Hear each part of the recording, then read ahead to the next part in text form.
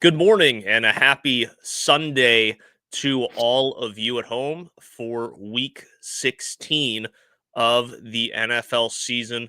I'm Brendan Boylan alongside my co host, Bob Rose, here on the Bayou Blitz. And some of you are thinking, guys, the Saints aren't playing today. They play tomorrow. What are you doing a pregame show on a Sunday when they play on a Monday? Well, Bob and I like to manipulate time and space and push shows backwards. So we just wanted to see if we could do the same thing and push it forward. Or how I messed that up. Reverse that. Push it back. And yeah, anyway, whatever. You guys get the gist. It's the holiday season. If you tuned in with us on Thursday with Mike Lewis, we kind of alluded to it and told you guys, hey, look, with the holidays and travel and people coming in and out, the last thing we wanted to do was go on Monday and you could be doing your early Christmas dinner or whatnot. So we thought we'd just keep it our usual Sunday spot. With all of that, the Saints play the Packers on Monday night. Bob, it's going to be cold up in Lambeau Field. You sound like you have a cold. I'm starting to sound as if I have a cold as well. But other than that, Bob, how are you doing? We're getting close to Christmas. I'm assuming all the holiday shopping is done. But the gift that keeps on giving is, the sickness of the winter in the Northeast. So how are you doing? Yeah, for sure. I'm like the walking wounded here, the walking dead here, maybe. So folks, I hope you'll excuse my uglier than normal appearance and worse than normal voice. And like Brendan said, we may be the masters of the space-time continuum. We are not the masters of the English language. So bear with us a little bit. But seriously, happy week 16 morning to you, Brendan, and to all of you Bayou Blitz family. Brendan, we knew that this game was going to be a really tough out. When the schedule first came out in the spring. Oh, yeah. Lambeau Field is just not a place many opponents go into and win in December period. And now you're playing at night in front of a primetime audience. In the Saints case, literally none of your best players available. Derek Carr out, Alvin Kamara out, Chris Olave out, Rashid Shaheed out, Marshawn Lattimore living in Washington, D.C., Paulson Adebo out. This has the potential to get really ugly really fast. But yet, as we sit here coming into week 16, the Saints still have one scenario where they can go to the playoffs. Now, that scenario might be gone by the time they take the field Monday night. Basically, what New Orleans needs is to win their final 3 games, upset the Packers, beat the Raiders, and upset the Buccaneers in the finale, and hope both Tampa Bay and Atlanta lose their last 3. So, in other words, Atlanta plays the Giants today at Sunday at 1 p.m., and the Buccaneers, I believe, go to Dallas, but I know they play the Cowboys on Sunday night. Either Tampa Bay or Atlanta wins, New Orleans is officially eliminated from the playoffs, and it feels almost like a merciful end. I know a lot of you fans have given up on this season in the midst of that 7-game losing streak that got Dennis Allen fired. But this team, the players still have a lot to play for. Don't underestimate pride. Don't underestimate competitiveness. And realistically, the Saints may not feel like they have a chance for the postseason, and by Monday night they may not. But the evaluation process is ongoing.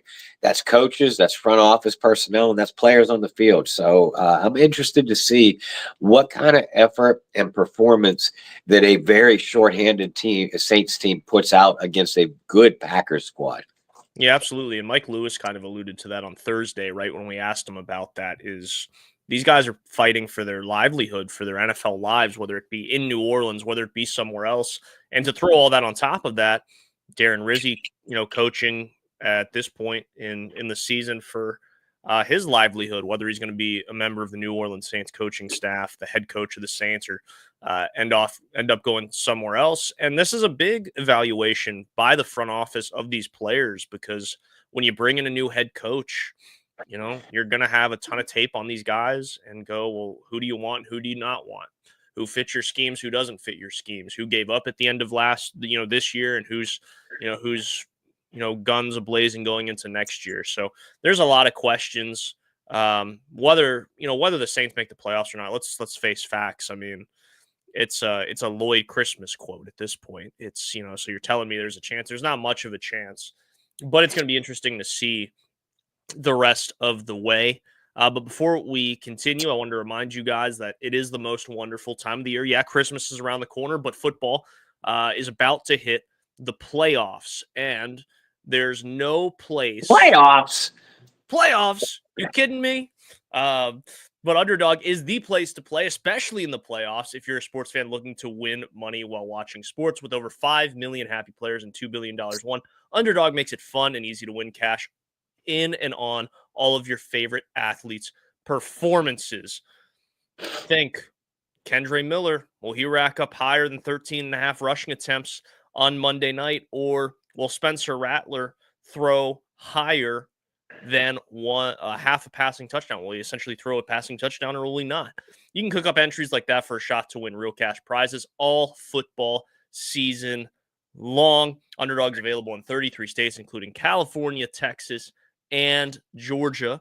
So Bob and I have our picks for you this week. So go ahead and download the app today. Use code Bayou Blitz to get up to $1,000 in bonus cash instantly. Again, download the app today. Use code Bayou Blitz to get up to $1,000 in bonus cash instantly.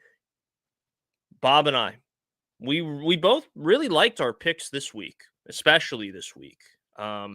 Thanks, Underdog, for the 25% discount off of a projection. Bob and I took advantage of that. You're going to get a free pick plus that. So you guys should kill it this week if this is going to be your first week playing on Underdog. So we used that discount of 25% off the projection on Jordan Love. So with the discount, Jordan Love higher than 197 passing yards against the Saints on Monday night. Again, we took the higher there.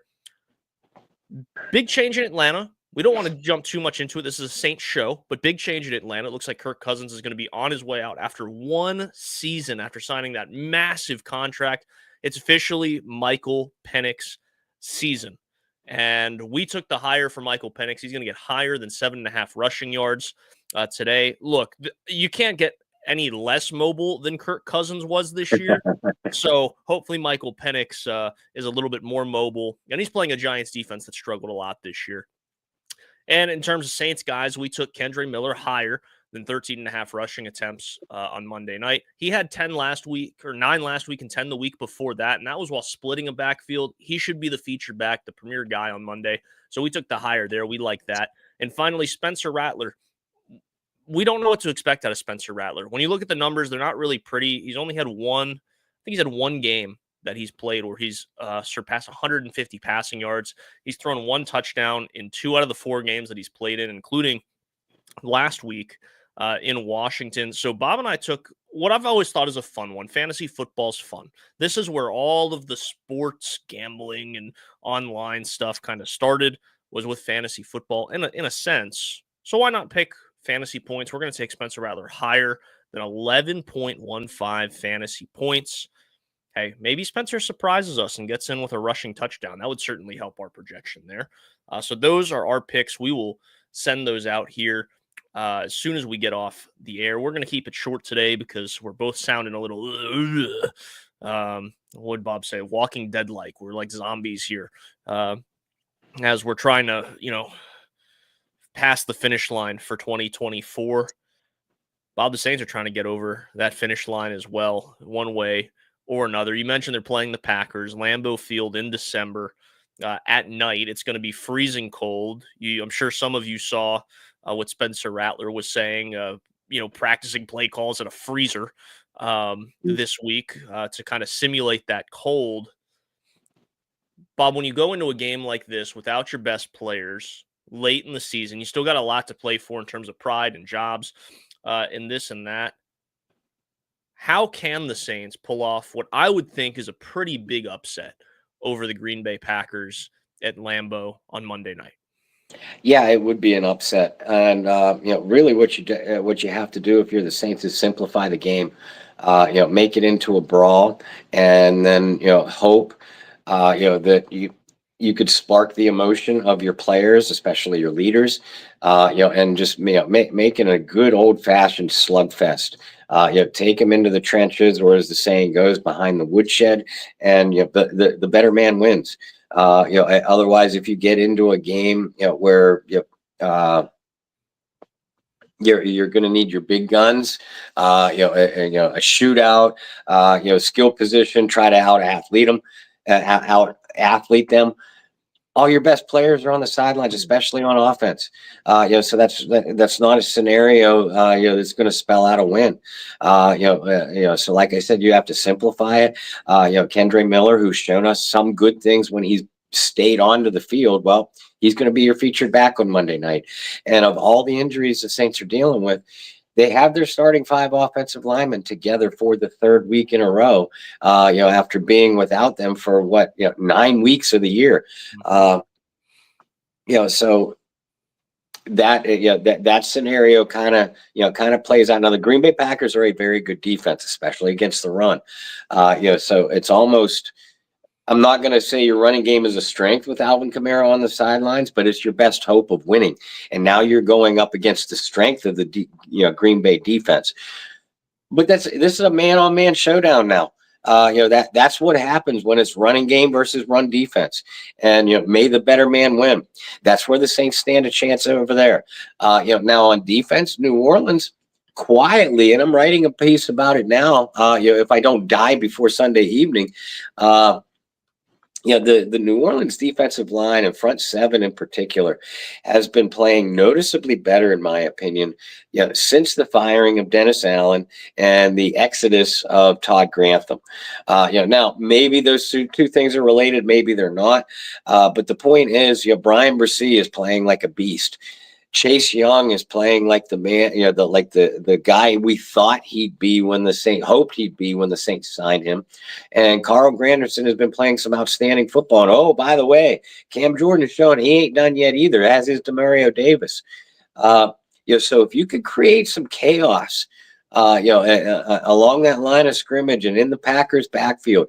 Packers have, a back you and I both love in Josh Jacobs, who on paper looks like he could run wild against the Saints. But again, New Orleans has quietly been playing better against the run. We thought Brian Robinson of the Washington was going to run wild last week, and New Orleans did a very nice job in containing him. So if you could do that, Jordan Love, in my opinion, is still an unproven commodity at quarterback. He's won some games, he's put up some nice numbers, but what's he been able to do when he's asked to win a game solely by himself? The challenge for the Saints will be to strip the Packers of Josh Jacobs, and then pressure Jordan Love into maybe forcing the ball to a receiving core that really doesn't have any standouts, and then doing your job in the secondary. But again, with the type of weather that we're expecting on Monday night in Milwaukee, cold, not really conducive to throwing the football. So maybe that will kind of nullify the Rattler versus Love showdown. And just make this into an old fashioned. I'm stronger than you. And I'm going to run the ball and stop you from running the ball type of matchup. That's the only way the Saints stand a chance here. Well, right now the forecast showing 29 degrees at kickoff, cloudy with no precipitation. That should help a little bit when it comes to the passing attack. Bob, the Saints are going into this one as 14-point underdogs. That's the spread, is 14. With everything you said, especially if this becomes a game where it is I'm stronger and tougher in running the ball, I find it very difficult to believe it's going to be a 14-point stiff arm. Now, that's just me saying if it ends up going that way. It could very well be a blowout if both teams are comfortably throwing the football, and that's the type of game plan they come out with. I don't see that being the game plan for the Saints for all the reasons of having a rookie quarterback who's only going to be making his fourth start, who has had some moments, but has also not had enough moments here in the NFL for anybody to be really blown away by him either. Facing a team that's A, used to the cold, B, has been in big positions as of late, making a playoff run last year, with a young quarterback who has played in some bigger games than just about any of the young guys on the Saints side. There's a lot of things that point directly in Green Bay's direction. And look, they're in a battle, right? They're not going to win, or at least on paper, they're not going to win the NFC North. So they're going to be battling for a wild card spot or winning these games and hoping Minnesota just falls apart here at the end. These games are just as important and just as vital for the Green Bay Packers to have success going Yep. into the postseason. I think that's worth noting as well. I think it's super easy for teams at this point in the season that have everything wrapped up to look at the schedule. And players say it doesn't happen, but we know because we're human beings that things like this happen. If you have everything locked up, you look at your schedule, you see you got the Saints at home late in the season. The Saints are like a three-wheeled shopping cart at this point with all the injuries. You look at that and you go, we got this one in the bag. Bob coached high school kids. You know that happened at different meets when they're looking up, who they're running against in certain events when you were coaching track and field and going, that guy's PR's this. I can do that in my sleep. It happens at the highest level of athletics as well. So the good thing, if you're a Packers fan, is you're still playing for something at this point. And unfortunately for the Saints, I don't think this is trap game gets thrown out a lot. I don't like that term. But, maybe somebody in Green Bay's, on Green Bay radio is throwing that out there. Milwaukee radio is throwing that out there because it's the catchy thing to do for radio. Is this a trap game against New Orleans? Like, it's not. It's really not. I don't see a situation where the Saints could really come in and really embarrass Green Bay. I could see them being tough, putting up a good fight, ultimately losing, or putting up a good fight, the ball bouncing their way a couple times, and maybe having a chance in the fourth quarter. But ultimately, this is the reality of the season for the Saints. And the reality of the season is, let's just get through the rest of the season. It kind of sucks to say that. If you're a fan, it really probably hurts to hear that. But that's the reality of this football team, especially playing against a good Green Bay Packer team. Bob, I'll ask you this when it comes to, the defense. You brought up Josh Jacobs, who I thought that was a weird situation before he got to Green Bay. Like, for the Raiders, not really knowing who your quarterback was, locking up a guy like Josh Jacobs would have made a lot of sense. I know that there was some animosity there and things weren't, happy perhaps. But you mean to tell me a guy who was playing that well for you wouldn't just throw the bag at to try to bring back? Anyway, I digress. He was a great pickup for Green Bay. Especially this time of the year when you have a guy who's a real strong physical runner in the cold in December and into January. I think he's going to be great for this team. You did bring up the Saints have been better against the run. I'd be willing to say I've actually been impressed with the Saints secondary a little bit as well. And we brought this up last week. I'll say it again. I really think Kool-Aid McKinstry's having an underrated rookie season, considering he was thrusted into this role where, he wasn't supposed to be. How do you see this matchup going from Jordan Love against this Saints secondary? You mentioned not any stellar names in Green Bay like years past. They don't have the Greg Jennings or the Donald Drivers anymore, and it's been like that for a while. Christian Watson has had some moments in the NFL, but has yet to show he can be a consistent, strong number one option. How do you see this one playing out against a guy in Jordan Love, and like you said, who has had moments, but maybe hasn't proven that he's ready to make that step and leap into young superstar? Yeah, he hasn't, and this stretch for Green Bay, whereas you said, they still have a lot to play for. They're playing for, they still haven't officially clinched a playoff spot, so they're playing for obviously that, but they're also playing for playoff seeding. And it's going to be key for Jordan Love. You mentioned Christian Watson, Jaden Reed is a receiver I like as well. Romeo Dubs have made some plays, and they have a really solid tight end in Tyler Kraft. Again, not household names, no names that are going to jump off the page and scare you, but as a unit, one that has been pretty productive. So the Saints are going to have to. We talk about stopping Josh Jacobs, and New Orleans must do that. That is a must if you're to have any shot at not getting blown out of the building. But don't underestimate the fact that Love can make plays to Kraft and Watson, and Jaden Reed. I'm like you. I've been impressed with the play of Kool-Aid McKinstry, and I also love Alontae Taylor. I have been almost equally impressed with the play, with the slot coverage of Ugo Amadi, and all three of those guys are going to have standout games. When I say standout, I mean, A, prevent any big plays, but B, cause a few of their own, and that, add Tyrann Mathieu into that mix. Maybe baiting Love into throwing some passes, to receivers that aren't actually open. These guys are going to have to be the difference makers. We talk about on offense, winning your battle in the trenches, establishing the run, highlighting Kendre Miller is having to have a big day. On defense, we've already talked about stopping Jacobs, creating havoc in the Packers' backfield. Well, the difference makers have to be in that secondary. They're the ones that have to make big plays. If you do stop the run, and force Love to beat you, then comes the second part of that equation: not letting Love beat you. That's going to be a big key to the tomorrow night's game.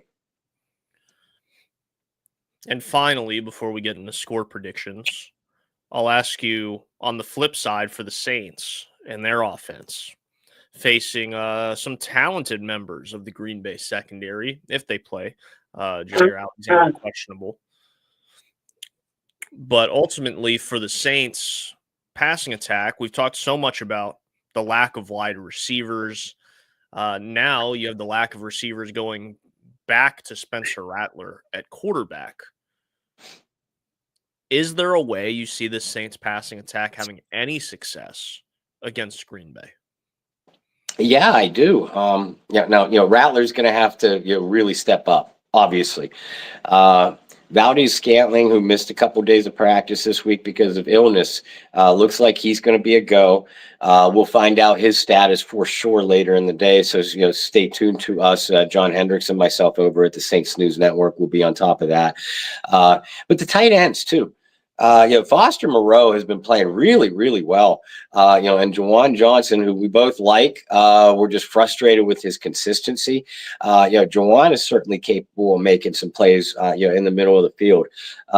So Moreau and Juwan can give Spencer Rattler that security blanket, that release, that intermediate target, to keep the chains moving, keep ball control, keep a field position advantage.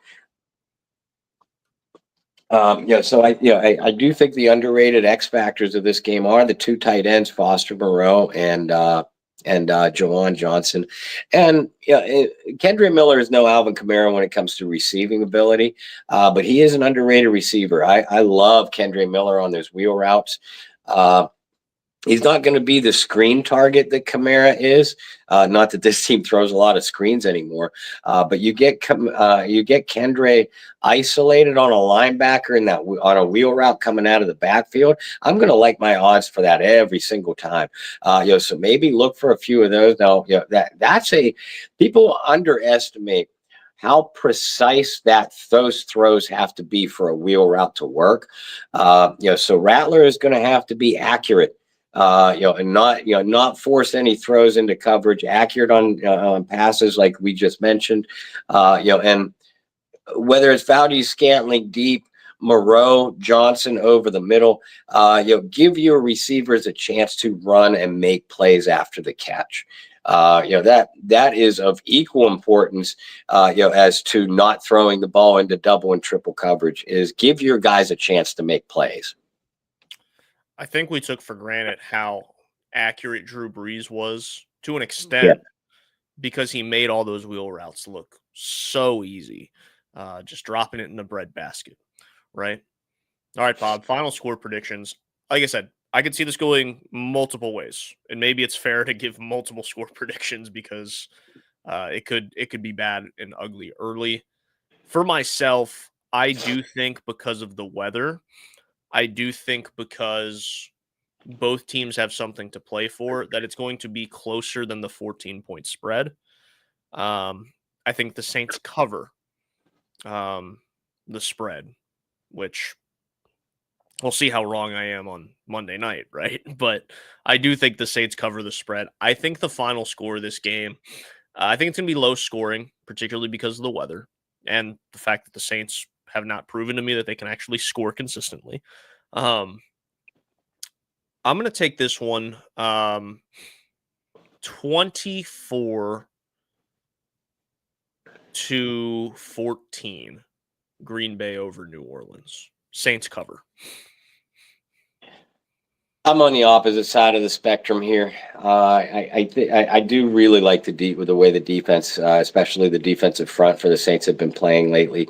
But I don't know how New Orleans is going to move the football, let alone put any points on the board. This Packers team is a physical bunch, and they're playing really, really well. Everybody wants to talk about the Lions, Eagles, Bills being Super Bowl contenders, and they all are. But quietly lurking in the shadows is a Green Bay team that none of these guys want to face, because they're playing some really good football and they're on a bit of a hot streak. As you pointed out, the Packers aren't going to overlook the Saints because the Packers need this game nearly as much as New Orleans does. My guesstimation is more so by the time kickoff happens, because I do believe that Atlanta and or Tampa Bay are going to win today, and and finally, mercifully, finish off the Saints' playoff chances. Which again, for New Orleans, you find you're unlikely to make the playoffs anyway. But you find out on Sunday night, okay, we're now officially eliminated. That's still a little bit of a letdown. And I think Green Bay is a bit of a buzzsaw. And again, I don't know how the Saints are going to generate points, move the football, control. We outlined what they have to do it to have a chance. I just don't think they have the horses, don't think they have the guns to do it. I'm going to go Green Bay in an easy one here, 31-10. So we'll find out who was right. Bob says the Saints won't cover. I say the Saints will cover. I agree with you a lot on a lot of those, though, with how are the Saints going to move the football. I think it's going to be a struggle. I really do. Somehow I think they get in the end zone twice, but let's face it, we're at the point of the year just like the fans are. We're just like, I don't know. Like, I don't know how they're going to do this. I don't know how they're going to do that. Some of that's injury. A lot of it's injury, and some of it's some other things as well. But with that, guys, thanks so much for tuning in for another Bayou Blitz pregame. Thanks for allowing us to talk and get us through, even though we're both a little sniffly. Bob, I won't be seeing you. I'm sure we'll text back and forth, but I won't be seeing you until the holidays. So Merry Christmas to you and your family. Hopefully Santa is very good to Will this year. I'm setting booby traps, outside our house so Santa can't drop stuff off for Will. Okay. So we'll see how that works out. I'm jealous because he has been a good boy this year and I have not. So I don't want him to get stuff that I feel I deserve. But in all seriousness, Merry Christmas to you, Brendan. Merry Christmas to Katie. Merry Christmas to all you guys. Merry Christmas to you, Bayou Blitz family. You have been so awesome, with us. And you really are part of our family. And like Brendan said, you aren't going to see our pretty faces on Christmas Day, which falls on a Wednesday. We are going to do our show this week on Thursday evening. And for you Under the Dome fans, and a lot of you are crossovers, Under the Dome and Bayou Blitz, our guest Thursday night, because there is no show on Tuesday night, is going to be Alan Ulrich of the Under the Dome podcast. So it's going to be Brendan, myself, and Alan. If you're fans of the Bayou Blitz draft coverage, that is our day one draft coverage. Are the three of us. So we're looking forward to that. This is our last show before the Christmas holiday. So Merry Christmas, nothing but love and happy holiday wishes to all you guys and your families. Absolutely. I'm not going to try to top that. Bob said it extremely well. Well, guys, thanks again for tuning in. Enjoy the 1 o'clock games, the 4 o'clock games, and then, of course, Sunday night football. Guess what? It's a Sunday where the Saints can't let you down, right? It's the last time this season that you can say that. Maybe. I don't know. But until Thursday, I hope you guys find some peace, spread love, practice positivity, and have a wonderful holiday. We'll see you on Thursday night. And who dat?